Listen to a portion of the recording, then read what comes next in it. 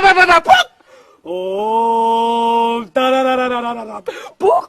हाँ सुनिए जजमान। हाँ सुनिए जजमान। ये फूल ले लीजिए हाथ में। हाँ ये फूल ले लीजिए हाथ में। हम ले लें। हम ले लें। अरे जजमान आपके पिताजी मरे हैं, श्राद्ध ना आप कराने आए हैं। हाँ जजमान आपके पिताजी मरे हैं, श्राद्ध कराने आए हैं। मेरे पिताजी मरे हैं। मेरे पिताजी मरे हैं। अरे आप ही ने श्राद्ध कराने आए हैं। अरे आप ही ने श्राद्ध कराने। हम श्राद्ध कराने आए हैं। हम श्राद्ध कराने आए हैं। अरे मजाक छोड़िए जजमान, बात सुनिए। छोड़िए जजमान, बात सुनिए। सुनिए ई बीत पर 100 रुपया यहाँ रखिए। ई बीत पे 100 रुपया यहाँ रखिए। हम रखे। हम रखे। अरे जजमान आप अपने पिताजी का श्राद्ध कराने आए हैं, हम पंडित जी ने।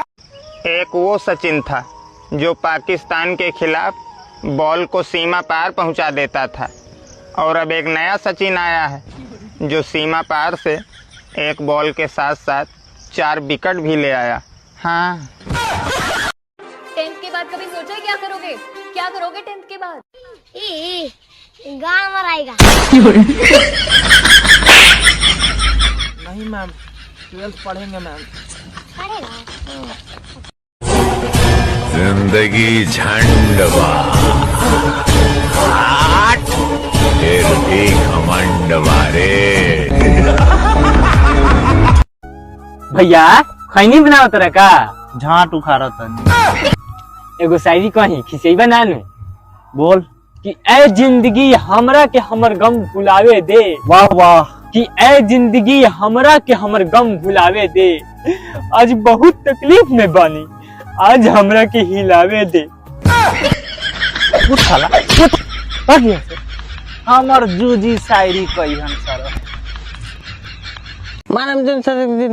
अब बताओ सबसे पहले मुर्गी आयल की अंडा आयल? सबसे पहले चाना आई, ओकरा बाद अंडा आई, ओकरा बाद मुर्गी आई, ओकरा बाद दुगो बियर आई, आ ओकरा बाद जोन कोइले पीले रे नीचे ओकर बिल आई।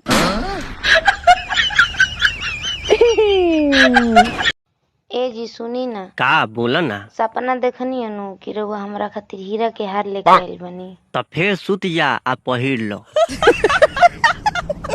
दिमाग तो बहुत बा हमरा लगे, लेकिन चलेला ना।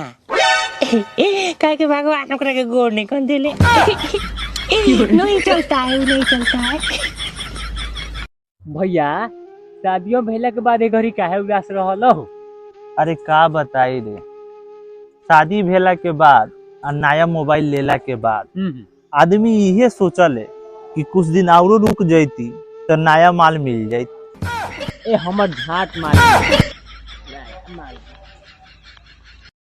मेरा दोस्त भड़ुआ था और भड़ुआ ही रहेगा। क्या हुआ उसे वक्त ने एक छक्का बना दिया तो।